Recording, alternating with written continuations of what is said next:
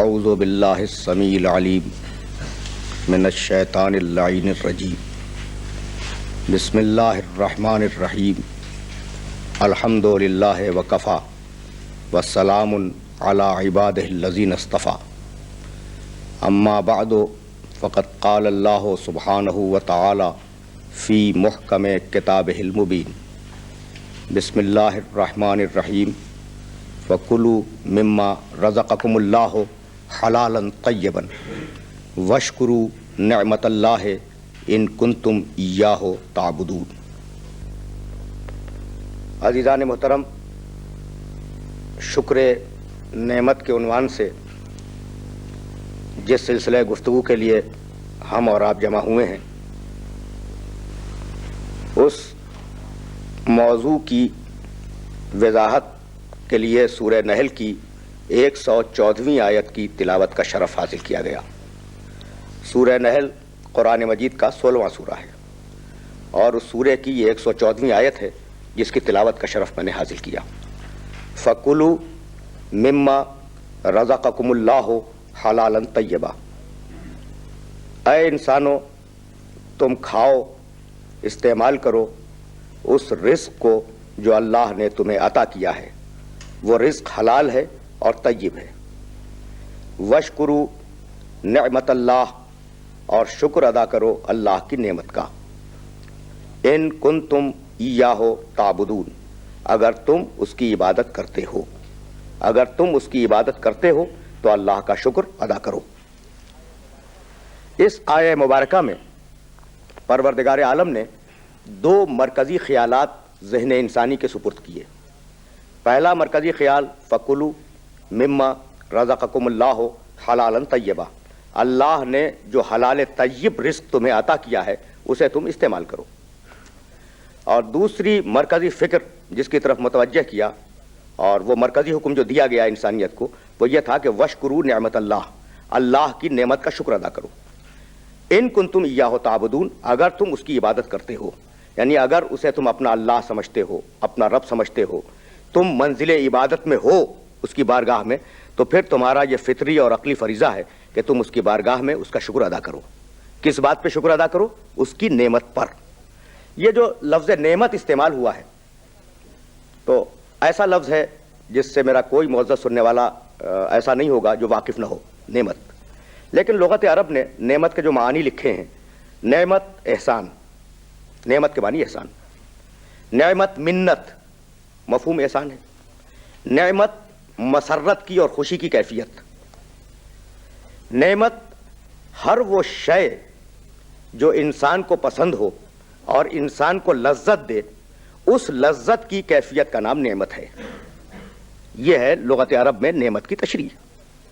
اور قرآن مجید نے سورہ نحل میں اور ایک مقام پر اور یہ آواز دی کہ وَإِن تَعُدُّوا نِعْمَةَ اللَّهِ لَا تُحْصُوهَا، سنو اگر تم اللہ کی نعمتوں کو گننا چاہو، ان کی گنتی کرنا چاہو تو تمہارے بس میں نہیں ہے، تمہارے اختیار میں نہیں ہے کہ تم اللہ کی نعمتوں کی گنتی کر سکو۔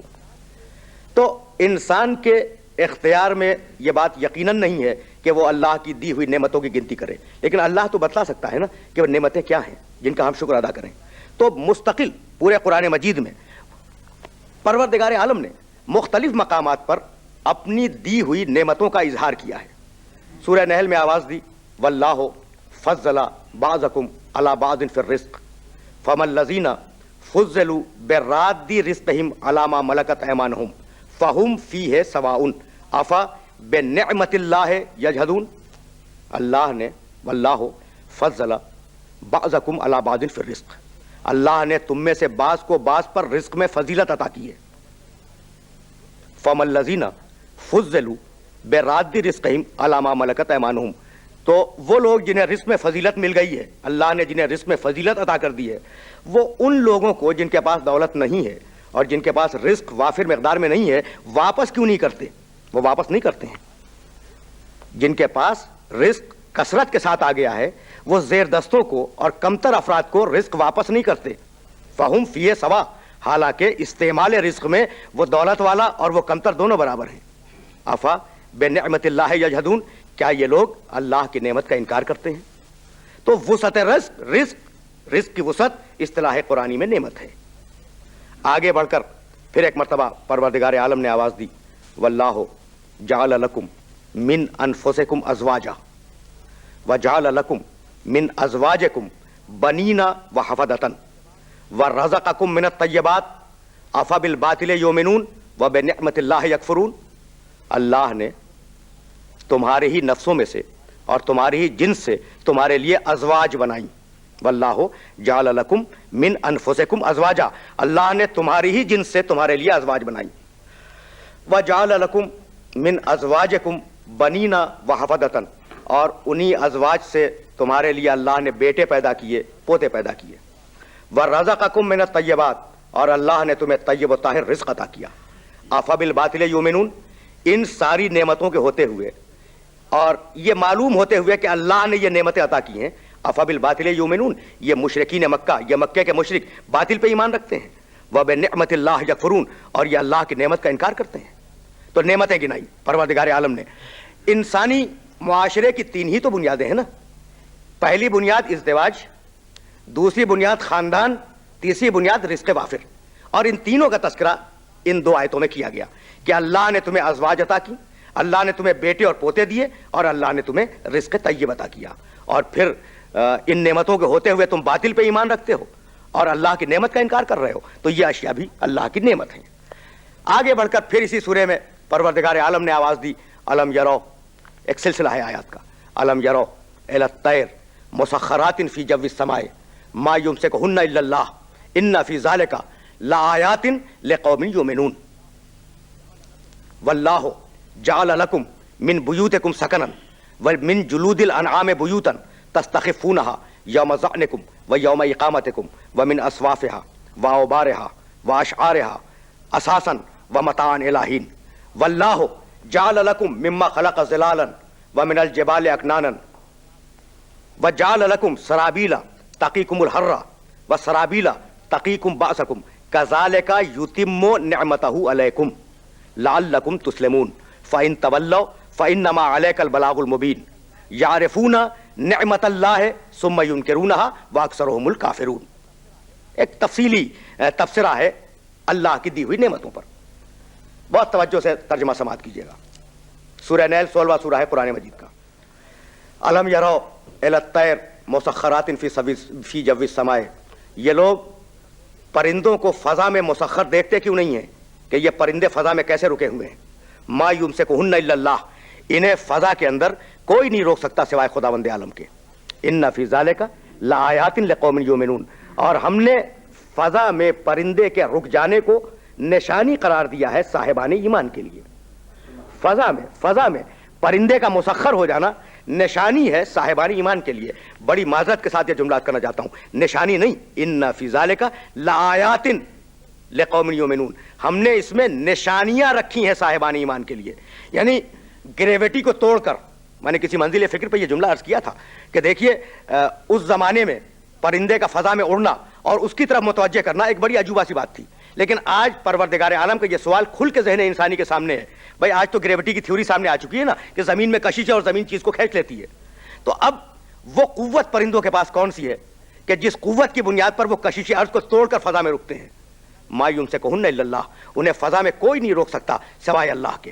ان فی ذالک لآیات لقوم یؤمنون، ہم نے پرندوں کے فضا میں رکنے پر نشانیاں معین و مرتب کی ہیں صاحبان ایمان کے لیے۔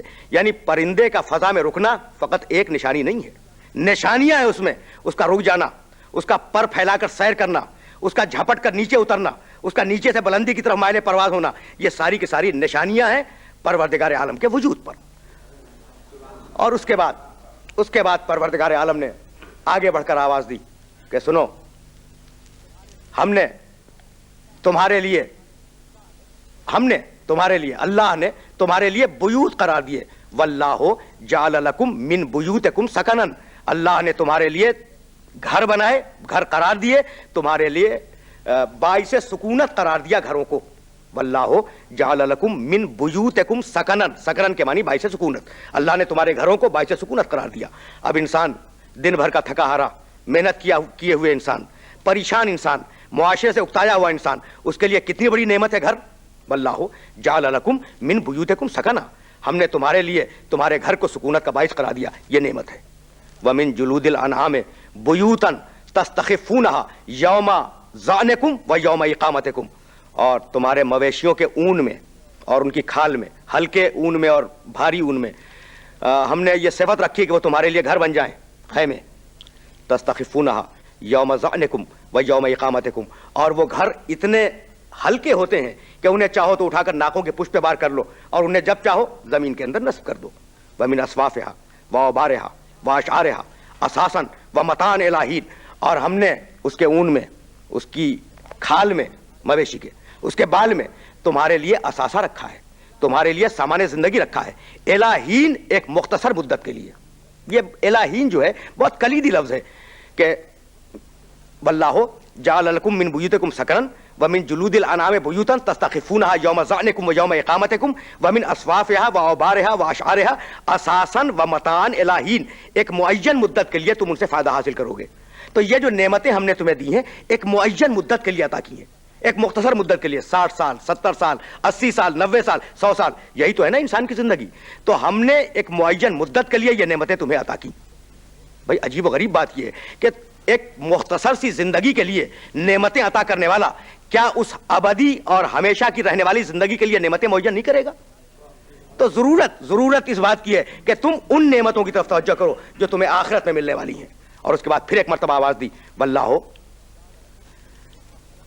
جعل لکم مما خلق ظلالا، اللہ نے جو چیزیں خلق کی ہیں ان میں سے ایک نعمت تمہیں اور دی ہے، اور وہ ہے سایہ، سائے تمہیں دیے۔ ومن الجبال اکنانا، اور پہاڑوں میں تمہیں غار دیے۔ دیکھیے سایہ انسانی زندگی کے لیے اتنا ہی اہم ہے جتنی اہم روشنی ہے، یعنی اگر متواتر سورج کی کرنیں اس زمین پہ پڑتی رہیں تو ایک ایک ذرہ جھلس جائے، کوئی ذی نفس، کوئی سانس لینے والی مخلوق زندہ نہ رہے۔ تو جس طریقے سے انسان کے لیے روشنی ضروری ہے اسی طریقے سے انسان کے لیے سایہ ضروری ہے۔ واللہ جعل لکم مما خلق ظلالا، اللہ نے جو چیزیں تخلیق کی ہیں ان میں ایک سایہ بھی ہے۔ ومن الجبال اکنانا، اور انہی چیزوں میں ایک نعمت یہ بھی ہے کہ پہاڑوں میں غار دیے۔ وجعل لکم سرابیلا تقیکم الحر، اور تمہیں لباس سکھلایا، زیر جامے سکھلائے تاکہ تم گرمی اور سردی سے بچ سکو۔ وسرابیلا تقیکم باسکم، اور ایسے لباس تمہیں سکھلائے جو جنگ میں تمہارے کام آ سکیں۔ کذالک یتم نعمتہ علیکم، اللہ اپنی نعمتوں کو اسی طریقے سے تم پر پورا کرتا ہے اور کرتا رہے گا۔ لعلکم تسلمون، تاکہ تم اس کے دائرے اطاعت میں آ جاؤ اور اس کے سامنے اپنے سر تسلیم کو خم کر دو۔ فَإِن تولوا فَإِنَّمَا عَلَيْكَ الْبَلَاغُ الْمُبِينُ، اور حبیب اگر یہ ان نعمتوں کو جاننے کے بعد، ان نعمتوں کو پہچاننے کے بعد، ان نعمتوں کو برتنے اور استعمال کرنے کے بعد پھر ہماری بارگاہ سے منہ کو موڑ لیں تو حبیب تمہیں تعزیانہ اٹھانے کی ضرورت نہیں ہے۔ انما علیک البلاغ المبین، تیرا کام تو حبیب فقط اتنا ہے کہ تو کھلا ہوا پیغام ان تک پہنچا دے، اب وہ جانے ان کی مرضی جانے۔ اور اس کے بعد آواز دی کہ یعرفون نعمت اللہ ثم ینکرونہا، یہ لوگ ایسے ہیں جو اللہ کی نعمت کو بخوبی پہچانتے ہیں، اچھی طرح پہچانتے ہیں، ثم ینکرونہا، اور پھر اللہ کی نعمت کا انکار کر رہے ہیں۔ واکثرہم الکافرون، اور انسانوں کی اکثریت نعمت کا انکار کرنے والوں کی اکثریت ہے۔ تو عزیزان محترم، ایک فہرست دی پروردگار عالم نے کہ لباس نعمت ہے، رزق نعمت ہے، غذا نعمت ہے، اچھی سواری انسان کے لیے نعمت ہے، اچھا گھر انسان کے لیے نعمت ہے، اچھے خاندان والے انسان کے لیے اچھی نعمت ہے، اچھی فیملی انسان کے لیے نعمت ہے۔ تو نعمتوں کی ایک فہرست پروردگار عالم نے عطا فرمائی مختلف مقامات پر۔ میں نے سورہ نحل سے یہ آیتیں آپ کی خدمت میں پیش کی، اور اب سورہ لقمان میں آواز دی، اور بڑے تیور کے ساتھ آواز دی۔ 31واں سورہ ہے قرآن مجید کا۔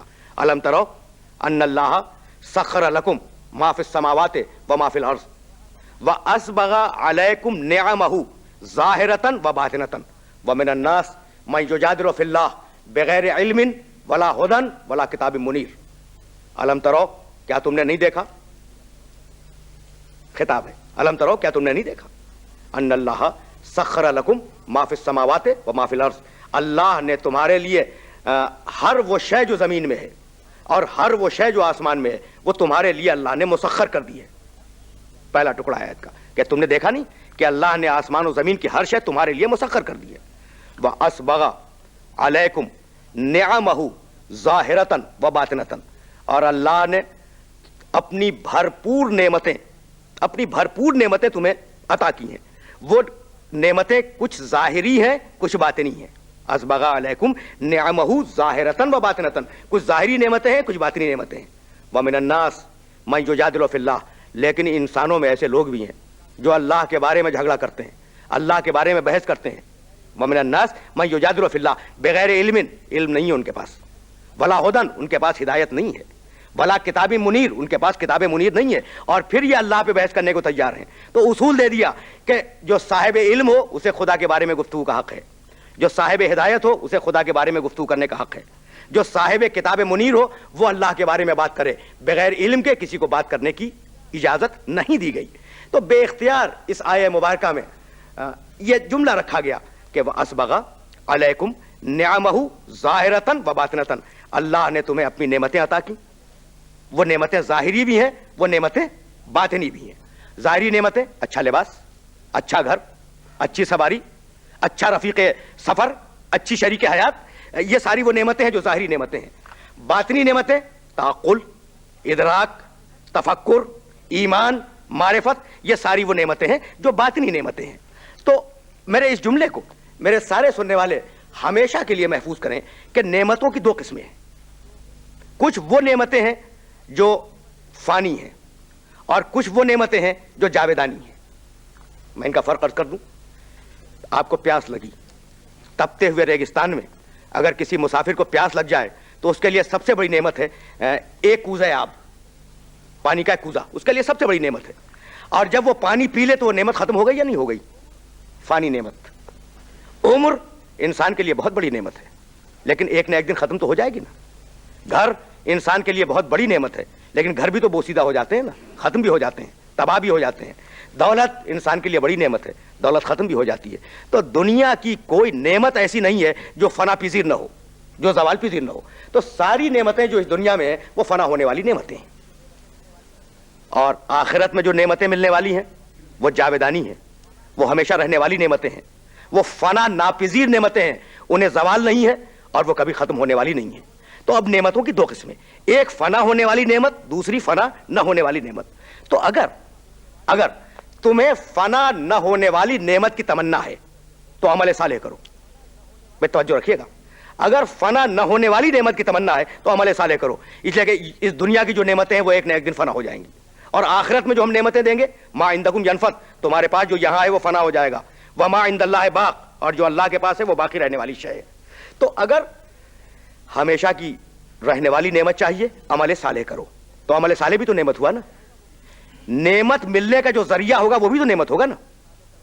وہ نعمت چاہیے عمل صالح کرو, اس کا مطلب یہ کہ عمل صالح نعمت. عمل صالح اس وقت تک نہیں مل سکتا جب تک کہ انسان کو ہدایت نہ ملے, اس لیے ہدایت نعمت. اور ہدایت اس وقت تک نہیں مل سکتی جب تک کہ ہادی نہ ہے, اس لیے ہادی نعمت. یہ ہے سیکوینس گفتگو کا کہ اگر تمہیں آخرت کی نعمتیں چاہیے عمل صالح کرو, عمل صالح نعمت ہے. اگر عمل صالح لینا ہے ہدایت تک جاؤ, ہدایت نعمت ہے. اور ہدایت نہیں ملے گی جب تک کہ ہادی تمہارے پاس نہ آئے, اس لیے ہادی نعمت ہے. اور اب قرآن نے پھر آگے بڑھ کے آواز دی, وما بکم من نعمت فمن اللہ. سنو, تمہارے پاس جتنی بھی نعمتیں آئی ہیں وہ ساری کی ساری اللہ کی طرف سے آئی ہیں. تو اگر ہادی نعمت ہے تو اللہ ہی کی طرف سے آئے گا. ذاتی طور پہ اگر کوئی شخص ادعائے ہدایت کرے تو وہ ہادی نہیں بن سکتا. اطمینان کا تعلق گھر سے ہے, یعنی اس بستی میں رہنے والے اپنے معاشرے میں بھی امن رکھتے تھے, اپنے گھر میں بھی اطمینان رکھتے تھے. یاتیہا رزقہا رغدن من کل مکان, اور ہر علاقے سے رزق کھنچ کر ان کی بستی میں آ رہا تھا. فکفرت بانعم اللہ, تو اس بستی کے رہنے والوں نے اللہ کی نعمتوں کا کفران کیا. ابھی ہم شکر تک پہنچے نہیں ہیں, ابھی تو نعمت کی تشریح پہ گفتگو ہو رہی ہے. فکفرت بانعم اللہ, انہوں نے اللہ کی نعمتوں کا کفران کیا, انکار کیا. فاذاقها اللہ لباس الجوع والخوف, تو اللہ نے انہیں دو عذابوں میں مبتلا کیا. فاذاقها اللہ لباس الجوع والخوف, بھوک کا عذاب, خوف کا عذاب. بما کانوا یصنعون, اور یہ عذاب ابتداء نہیں تھا, یہ ان کے کرتوت کا نتیجہ تھا. تو میں نے ابھی پہلی آیت عرض کی ہے, اس کے بعد کی آیت ابھی عرض کروں گا. دیکھیے ایک بستی ہے, اس میں امن ہے, اس میں اطمینان ہے, اس میں رزق کھنچ کے آ رہا ہے پوری دنیا سے, اور اس بستی کے رہنے والوں نے اللہ کی نعمتوں کا انکار کر دیا. یہی ہے نا, اور اللہ نے انہیں عذاب میں مبتلا کیا. اور وہ عذاب کیا ہے؟ خوف کا عذاب ہے, بھوک کا عذاب ہے. بھائی وہ نعمتیں کیا تھیں جن کا انکار کیا؟ اس بستی کے رہنے والوں نے کون سی نعمتیں تھی اللہ کی جن کا انکار کیا؟ رزق آ رہا ہے، امن ہے، اطمینان ہے، مطمئن زندگی گزار رہے ہیں، وہ نعمت کیا ہے؟ اس کے فوراً بعد کی آیت ہے، یعنی یہ ہے 112ویں آیت اور اب 113ویں آیت، وَلَقَدْ جَاءَهُمْ رَسُولٌ مِّنْهُمْ۔ بھائی وہ نعمت یہ تھی کہ ہم نے ان کے پاس ایک رسول بھیج دیا، فَكَذَّبُوهُ، اور انہوں نے مل کے اس کی تکذیب کر دی، فَأَخَذَهُمُ الْعَذَابُ وَهُمْ ظَالِمُونَ، تو عذاب نے انہیں اپنی لپیٹ میں لے لیا اس لیے کہ وہ حالت ظلم میں تھے، وہ رسول کا انکار کر رہے تھے۔ تو آپ نے توجہ فرمائی کہ وہ نعمت جس کے انکار پر ان پر عذاب آ گیا، وہ نعمت رسالت کی نعمت ہے، اور وہ نعمت ہدایت ہے۔ فَأَخَذَهُمُ الْعَذَابُ وَهُمْ ظَالِمُونَ، ان کے پاس ہم نے رسول بھیجا، انہی میں سے تھا وہ رسول، انہوں نے اس کی تکذیب کی، اس کا انکار کیا، ہم نے انہیں عذاب میں مبتلا کیا۔ اب میں اپنے سارے معزز سننے والوں کو متوجہ کر رہا ہوں فقط ایک لفظ کی طرف، اور ظاہر ہے کہ گفتگو اس منزل پر رک جائے گی اس تقریر کی حد تک۔ دیکھیے ایک مرتبہ آیات کو اور سماعت کریں، ان دونوں آیتوں کو۔ ضرب اللہ مثلا قریۃ کانت آمنۃ مطمئنۃ یاتیھا رزقھا رغدا من کل مکان فکفرت بانعم اللہ، یہ ایک کلیدی لفظ۔ تو اس بستی کے رہنے والوں نے اللہ کی نعمتوں کا انکار کیا۔ دیکھیے نعمت ایک، انعم یہ اس کی جمع ہے، بہت سی نعمتیں، تو انعم کا لفظ استعمال کیا نا، فکفرت بانعم اللہ ہے، اس بستی کے رہنے والوں نے اللہ کی نعمتوں کا انکار کیا، اور فوراً بعد وہ نعمت کیا بتلائی؟ لقد جاءہم رسول منہم، ان کے پاس انہی میں سے ہم نے ایک رسول بھیجا تھا۔ تو رسول ایک نعمت ہے یا بہت سی نعمتیں ہیں؟ بھائی رسول تو ایک نعمت ہے نا، رسول ایک نعمت ہے، اور آیت کہہ رہی ہے کہ انہوں نے نعمتوں کا انکار کیا، تو خبردار رسول کو کبھی ایک نعمت نہ سمجھنا، رسول نعمتوں کا مجسمہ ہے، اس کا وجود نعمت ہے، اس کا بولنا نعمت ہے، اس کا چپ رہنا نعمت ہے، اس کا کھڑا ہو جانا نعمت ہے، اس کا بیٹھ جانا نعمت ہے، اس کا حکم دینا نعمت ہے، اس کا کسی چیز سے منع کر دینا نعمت ہے۔ وآخر دعوانا ان الحمد للہ رب العالمین۔